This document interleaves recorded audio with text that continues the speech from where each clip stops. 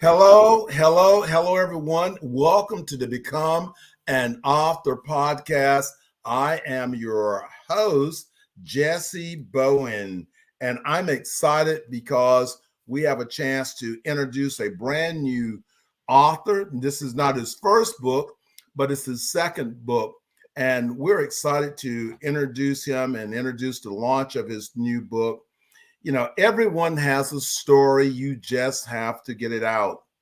If you're thinking about writing a book, but you don't know how to get started, then contact Elite Publications.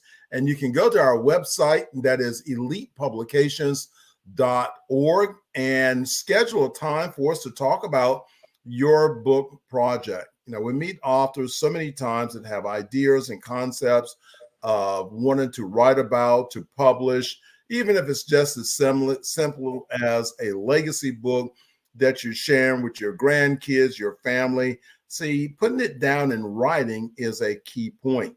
And the purpose of our program is to educate potential authors and authors about writing, publishing, and marketing their books. So we're really excited today to have Grandmaster Wilson on again. He is a martial artist, and a lot of our authors are martial artists, and they have the different stories of how martial arts has impacted their lives and whether they're fiction or nonfiction books. So today, we have this rare opportunity to meet with a individual who is a grandmaster in the martial arts and talk about his writing journey, his new book, and we're really excited, and it's available now. You can actually go to his website and get a copy of that book, and the website is BrendanWilsonWrites.com. So it's BrendanWilsonWrites.com. Hey, sir, how you doing? I'm fine, sir. And how are you? Well, you know me, better and better, trying to make the world a better place. There we go. Great. And congratulations. We've done a lot of hard work back here over the past few months of bringing your book to life. And now it's to life. It's not your first rodeo ride, but we hope it's one of the best ones that you have. Because again, this is an amazing book. Not only is it amazing, but it's good to actually look at. So let's start off this morning, letting our fans and our audience know about you. And so tell us a little bit about you, sir.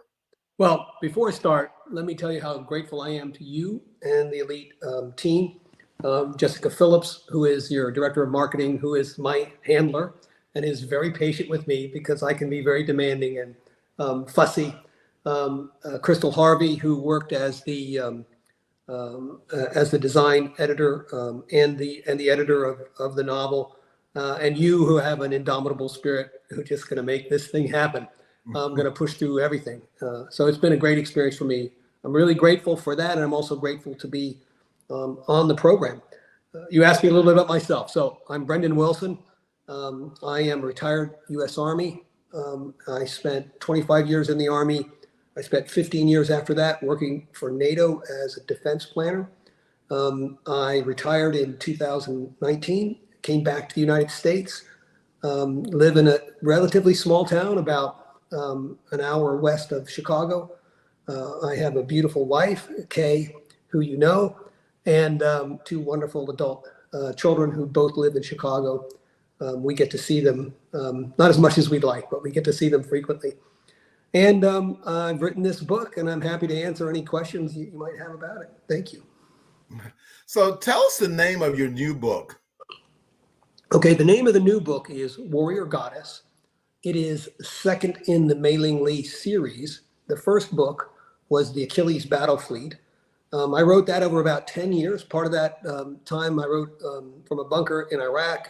I wrote it on planes. I wrote it in hotel rooms while I was traveling. And when I retired, I did get some editing and got that book published. That book starts off with the story of Mei Ling Lee. She is a lieutenant in the Space Navy. It's called the Alliance Navy. She has sort of a backwater job. She's part of a convoy. She's the aide-de-camp to a washed-up old two-star admiral. And that convoy gets hit as part of a surprise attack against the entire alliance. takes place at the same time. It's on the 500th anniversary of the invasion of Pearl Harbor. That's not a fact that is revealed in the book. You just have to figure out the dates. So, and as so many people in the military and in life have to do, her and the survivors and her boss, Admiral J. Chambers, have to step up to new responsibilities. And they have to reform, they have to take their guidance from their political leadership, and they have to take the fight to the enemy. And that's what that story is about. And it follows Mei Ling Lee, who is a martial artist already. She ends up having to work with the Space Marines on operations. I won't spoil the story for you, but she has quite a dramatic ending. The second book picks up. She has new duties. She's commanding the Warrior Goddess is the second book. She's commanding a unit way out in the edge of the galaxy somewhere, attacking human traffickers.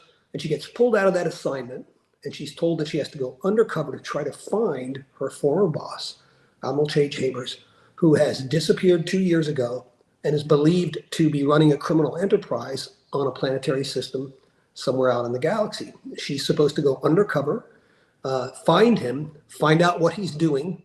If he's not doing the right thing, she's supposed to arrest him, bring him back. If he is doing the right thing, she is supposed to figure out what that is and do whatever is necessary.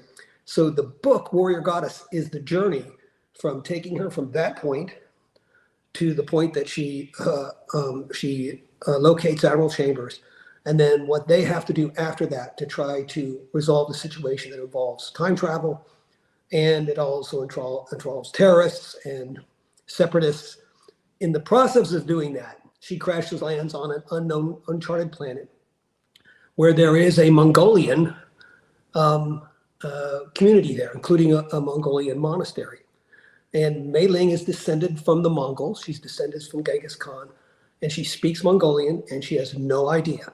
It's a mystery. How did this little community get here? And it's been there for a lot longer than they've had faster than light travel.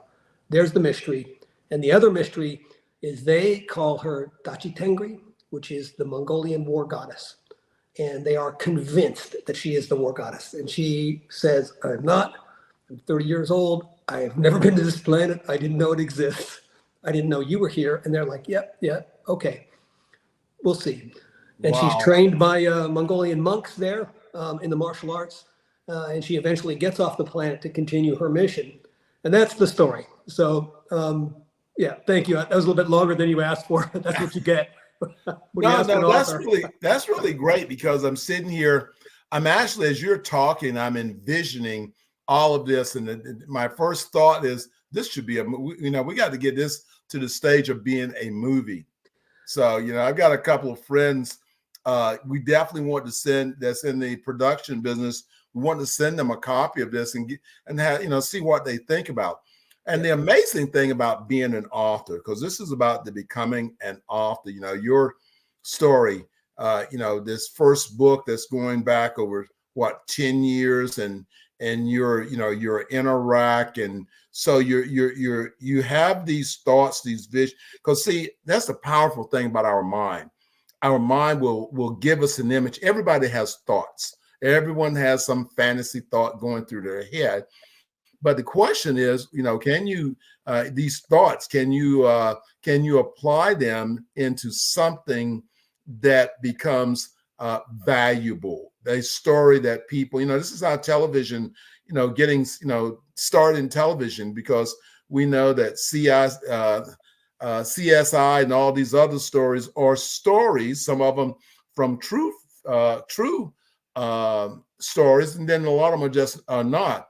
But I really love the way, that I can feel and sense the empowerment of how you have utilized this story, in your head, and now brought it to paper. And now it's in a book. Now it's in the second book. And as I said before, as I'm sitting and I'm listening to you narrate the story, I'm picturing this happening, in my mind, and I can really see this. And I think that's a great part about having a story that's within you, getting it to pen and paper. And I imagine this kept you occupied during your service tour of, keeping, because we all have to have some form of mental balance that we can focus on things that may not be in that zone where we're in, especially if you're in the military, keeping your mind active, keeping your mind occupied, because we all think about something and we all have the choice. But again, I can commend you. You're already an author. We got your second book out. We're really working on getting this book in the hands of people so they can read it, and that we can move this book to become an international best-selling author. So if you go back, so that I probably answered the question, but why did you decide to start writing the book? I probably answered that, but that's a question that a lot of people don't even start because they're not able to answer the question of why. So why did you decide? I know that you're in the military. So where did that actual thought of putting it down to paper? Well, thanks so much for the question. I started with it was really pretty much the way you described it, which was there was an idea in my head and I wanted to get it on paper. And when I first started to write, I didn't really think of writing a novel. I just wanted to get this one system sort of out of me and onto paper.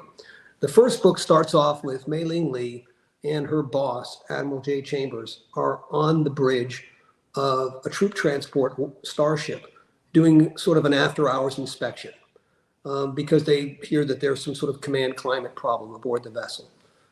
That's when the attack takes place. And as the attack is taking place, the command vessel, a different vessel, is destroyed, right? So there are no more flag officers available. And Chambers said, I'm going to take command of the flotilla and you're going to be the battle captain. So she steps up onto the bridge of this troop transport. No one knows who she is, and she exerts her authority. She says, I'm in charge, right? Give me your reports. And they all look at her like she's crazy, right? But she pushes the way through and she gets control of the situation. And Admiral Chambers eventually makes the big decisions on how to deploy the resources, what risks to take, and so forth. Now, that actually came from a situation that wasn't quite as dramatic as that, but it was fairly similar. I was a brand new major. I was serving at Fort Polk, and I was supposed to go into an artillery battalion as the operations officer, the battalion S3, in a few months' time, in March. So in January, they said, you're going now, because they have to do a training operations with the Special Operations Command, with the Ranger Regiment, coming in from the outside. And then there's a unit of paratroopers coming from Vicenza, Italy. And you're going to be in charge of this artillery operations. So when I got in there, they do the role playing. This is the Joint Readiness Training Center. So all your soldiers will know what that is, all your audience. And the first thing that happened was part of my fire directions center at battalion level was destroyed. They war game it, but they don't let you use it once they destroy it. So I didn't have any radios. I didn't have anything. And I had a very important mission that I had to fire. The Rangers were coming in to do an operation. They needed me to suppress the enemy artillery, enemy air defense. So I took my communications officer who had a satellite radio, and I literally walked through the woods until I found one of the batteries that was theoretically under my command, but they had never met me, by the way. So I literally walked up to them and I said, I'm Major Wilson. I'm in charge, and you're now the Battalion Fire Direction Center. Let me show you how to do this. That's what Lee has to do. So I was basing something on my own experience just to get that going. And then from there, the novels kind of takes its own way. I don't really know. There's two things about my writing that I do. For the plots, I put my characters in very difficult situations, and I don't know when I've done that how they get out of it. So it's just going to have to come to me. There's a missile inbound. They don't have enough time to get away from it. They don't have their shields. They're going to do something. I don't know what it is, but they will figure it out. And somehow or another, that will come to me. The second thing I like to do, which is more thematic, and is to put the characters in a situation where they have to make a decision, and none of the decisions is optimal. There isn't the right decision. There's only the decision they have to take. And that decision will always have consequences. Some of those consequences will be negative, right? They've got to choose. And then after that's done, they have to reconcile with themselves the decisions that they've taken and the consequences that that's had for them and for other people. And the reason I think that's important is because we all do that. Every single person, every mother, every parent, every spouse, every worker has to take decisions, and you can't always know what the results of those decisions are going to be, but you do have to live with them.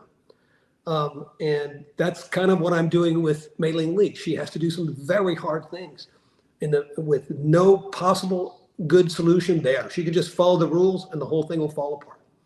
Or she could bend the rules with consequences to her and other people in the hopes that the situation would resolve itself.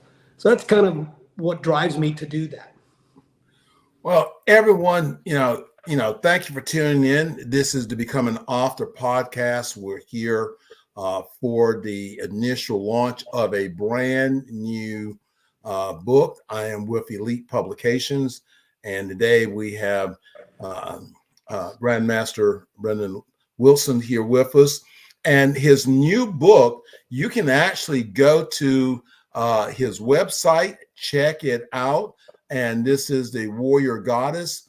This is the second book, but go to his website, and that's brendanwilson.com, and check out, order a copy today. Now, if you order a copy of the book from his website, he's going to personally sign it and send it to you. So you'll have an autographed copy of the book. So let's go back into your story. I know our listeners may be listening. Well, wow, this is a karate guy that's actually written a book and he's telling this story, and they've heard you mention militaries. So let's give tell us about your career, in the military. Let's take and go into that part, because, we haven't talked a lot about karate. We're talking about, this warrior princess, but we're also talking about you and your background, military background, and you're sort of bringing all of this together in this dynamic book. So remember, everyone, go to his website, check out, get a copy of the book. So this is a special interview of the launch of the book. Buy a copy of the book from the website, and he's going to sign it and then send it to you. So this is a rare opportunity. And this is the second book. It's not just the first book. So tell us a little bit about your career. Well, thank you, Jesse. Well, I started in the military in 1977. I was an ROTC student at James Madison University. While I was at the university, I was commissioned into the Virginia Army National Guard in the artillery. And when I went active duty in 1981, I went into the field artillery as a lieutenant. I went to the officer basic course. I went to the airborne course, the Ranger School, Air Assault School, and my first assignment was in the 101st Airborne Division. I really loved being a junior officer. I loved being in one of the deployable units, some really great experiences. From there, I got promoted to captain. I served in Korea. I commanded a fire base on the demilitarized zone as part of one of the artillery battalions there. Later on in my career, I served in 18th Airborne Corps as a battalion operations officer. And after that, I did a bunch of staff assignments, like everyone does as they get a little bit more senior. One of those staff assignments, I served as a public affairs officer at NATO military headquarters in Belgium. I was a public affairs officer there. The commanding officer was Wesley Clark. He actually wrote the preface to the first book. And then my final assignment was at NATO headquarters in Brussels, where I was a strategic planner. So that really is my military career. One of the good things about being in the military is there's plenty of opportunities to train in the martial arts. So I already had my black belt when I entered the military. I served in Korea and trained there twice. I coached several martial arts competition teams in the military. And while I was in Belgium, I had a number of schools that I was responsible for. We did some competitions. The military is a great place for martial artists because there's lots of soldiers, men and women, that want to continue their martial training in the martial arts. Wow, that is so fantastic. Now, Mei Ling, let's talk about her study in the martial arts, and what is it called? Okay, so um, the martial arts that she studies was taught to her by her father. She's Chinese. She grew up in Hong Kong. And in the scenario that I wrote, that martial art is Aristos. Aristos is a martial arts based on hard style, stand up, kicking and punching techniques, and but it's based on the philosophy of classical Greece. Aristos, I took the author's privilege of doing this. Aristos is a martial art that I created about maybe 15 years ago. I was a little bit disappointed with sort of the trend of the martial arts that I was involved in at the time, and I wanted to do something a little bit different.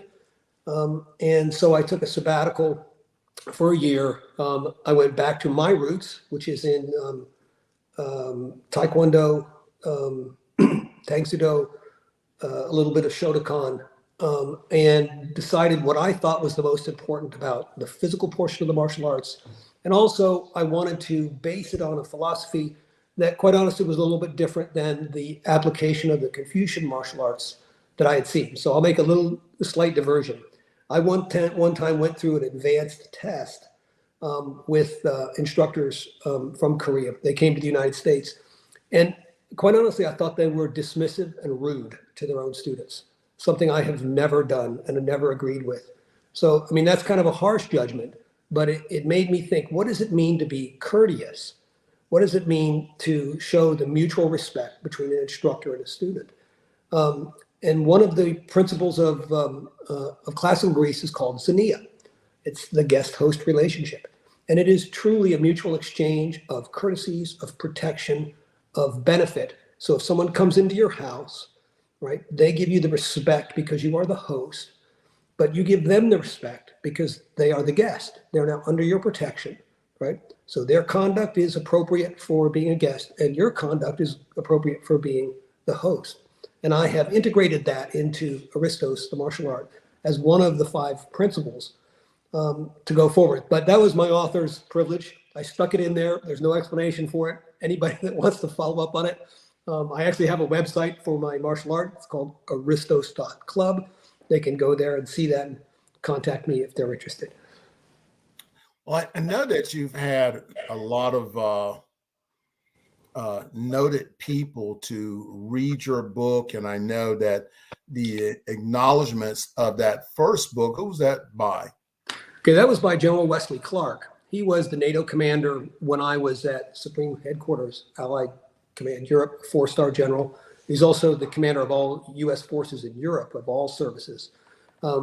He is a wonderful guy. He ran for president back in 2004, and he would have made a great president. And I don't need to make any political statements. I don't care what party he is. Wes Clark is a wonderful human being. He was a junior officer during the Vietnam War. He was shot 4 times with the AK-47, refused to leave the field of battle until the battle was won. He went on to do a number of amazing things, but I want to tell you a little story about Wes Clark that's true. So I was his public affairs officer on a trip that we went to Srebrenica. Now, if you'll remember, Srebrenica was part of Bosnia-Herzegovina when the Civil War broke out in the 1990s. And one of the tragedies that happened at Srebrenica was the largest massacre in modern history in Europe. 7,000 men and boys were executed there by the Serbian faction. And Wes Clark said, we're going to go there. So we went there after the battle, and we didn't take any. We had a very small security force with us. Those are people that I had trained in the martial arts because I had trained them in certain weapons disarming techniques. And we went in, and Wes Clark just wants to walk around. He isn't going to follow anybody's lead. You know, we had like a program for him. He's like, oh, we're not going to do that. So we're walking down the road, and up pulls a van full of journalists, right? And they're not from NATO, right? So they should have coordinated with me because I was a public affairs officer, but they didn't. And they had 4 cameras and about 20 journalists, and it's a free country. They can do whatever they want. So they were following us around. And at one point, the public affairs officer that was with them she said, can we do a stand-up, which is a short press conference? So I asked him, and he said, yes, we can do a stand-up. So we're doing a little stand-up, and he's got these cameras and these journalists around him, and there's kind of a crowd of people starting to form behind them. But we're out in the open, in the street. We're not in a building or anything. And one of the security people, the close protection team, came up to me, and he said, our translators have picked up the men in the village telling the boys to pick up rocks and throw them at the general. Now, there's a reason for that, and that's because the people that live there think of NATO as their adversaries, right? The people that live there now are not the people whose husbands and sons were killed. Those people are all gone. This is a different faction that's living there. And so I said, well, what will you do? And he said, the general's going to go ahead with the press conference. They throw rocks, we'll get between him and the rocks. He's not going. That's Clark. He's not going to get chased off. So as he's speaking, a man gets up behind him, right? And he looks like a little bit older, a little bit unkempt, and probably intoxicated. And he starts shouting at him in Serbian, right? So General Clark actually speaks Serbian, by the way, because he's one of these amazing guys that does that. But he turns around and he tells his translator, because he knows the cameras are there, he says, tell him to come down here. And the translator tells him, and the guy says, I'm not coming down. So Clark says, tell him if he doesn't come down here to talk to, I won't talk to him. So the guy tells him. So the guy comes down, and General Clark does this. He puts his hands out like this, open palms, and he says, what can I do for you? And the guy gets on his knees and he starts crying, and he takes General Clark's hands, and through the translator, he tells him, we're afraid you're going to make us move out of our houses. That's a legitimate concern, because they took those houses from people they killed. I mean, I don't want to say that guy did, but that's what happened there. And Clark said, did you vote in the last election? And the guy says, no. And he said, this is your country. You want to stay in your house, you need to vote. And that settled everything down. And the rocks were dropped. We went about the day without ever being inserted. But that's the kind of character that Wes Clark did. And when he ran for president, I thought he would bring that up, because they must have had a video of that somewhere. And when I mentioned it to him a few years ago, when he was writing the foreword to the book, he said, oh yeah, I forgot all about that. That's also Wes Clark. He's genuinely a modest guy. If that had happened to me, I'd be telling everybody about it every day, right? For him, that was just one thing in the life of a person with leadership and integrity. But thank you. That was a long story, but that's a true story. And he is somebody I deeply admire. Really great guy. Well, I know in this new book that we worked on, and everyone, this is Jesse Bowen with Elite Publications. Hey, if you just joined us, welcome to the Become an Author podcast. We're here with Brendan Wilson and his new book, Warrior Goddess. So go to his website, and you can go to his website. That's BrendanWilsonWrites.com. Order a copy of the book. He's going to sign it and he's going to send it to you, so you'll have a copy. Now, I know that, when we were going through and getting other martial artists to evaluate the book, to give us some input on it, and we had our good friends, Grandmaster Bill Wallace.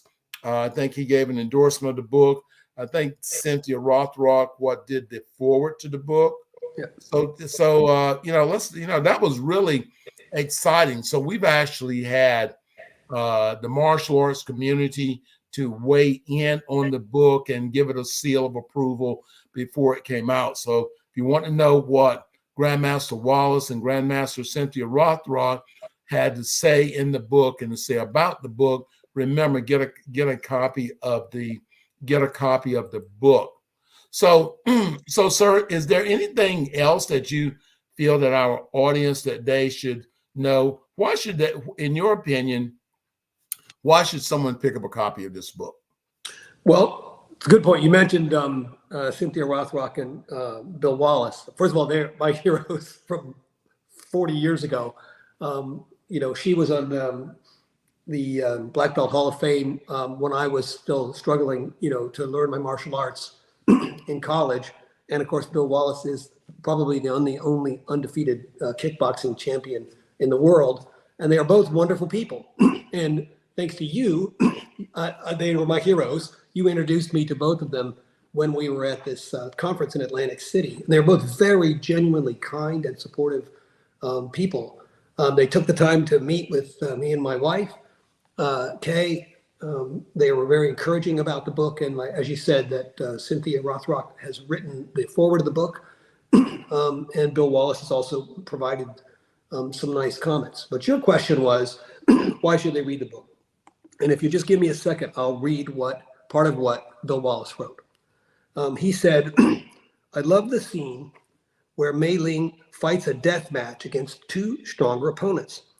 As a professional, undefeated, full contact fighter, I know what it feels like to be exhausted and overmatched, but I never gave up.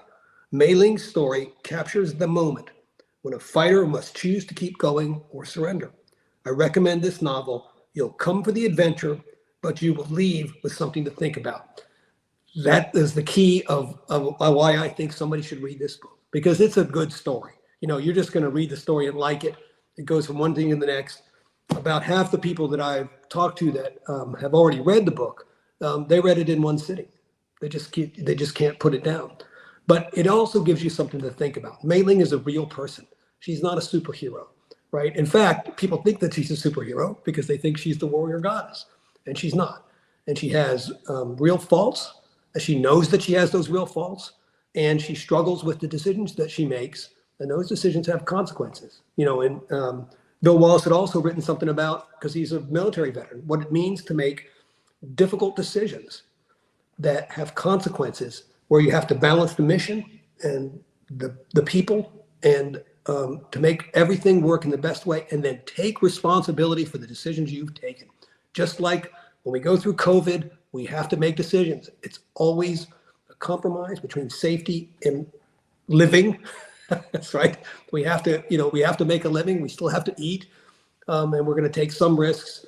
That's just an example of the type of things that I think people would find interesting as they read the book. Thank you. Well, great, sir. Again, it was a great opportunity for us to be able to work with you, on your book project. So we're ready to go. So again, everyone, remember, go to his website, and that website is BrendanWilsonWrites.com. Get a copy of the book. It's going to be signed, sent to you.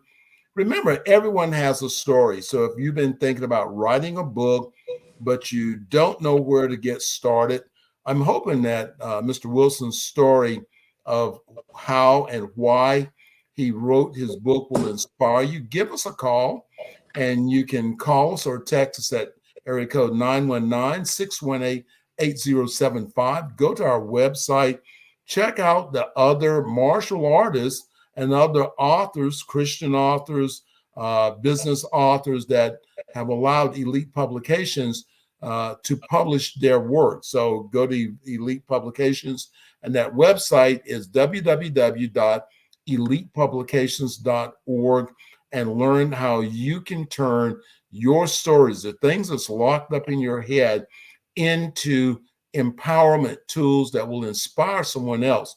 And that's what this book is about. It's about inspiring people to, especially if they're looking for adventure, or in the martial arts world, where we have martial artists that have shared other lives, but they're martial artists, and they bring those experiences into their story. We can all make a difference in the world through our story. Everyone has a story. You just have to be able to get it out.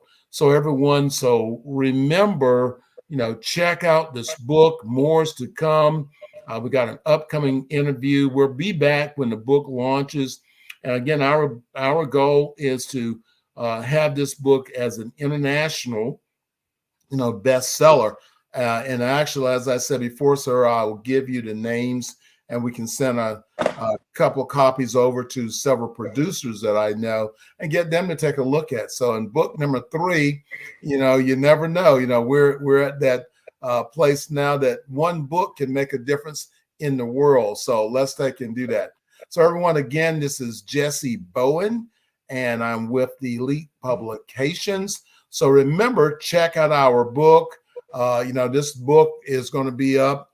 I'm nominating it for for an award as a part of our Who's Who Legacy Weekend coming up in North Carolina in August. This is the Who's Who Legacy Weekend, and we're going to have other authors at the event. We're going to have a lot of really great things going on. So you can check out information on that at www.who'swhointhemartialarts.com. Everyone, this is Jesse Bowen. Remember, be blessed, and remember, everyone has a story. You just have to get it out.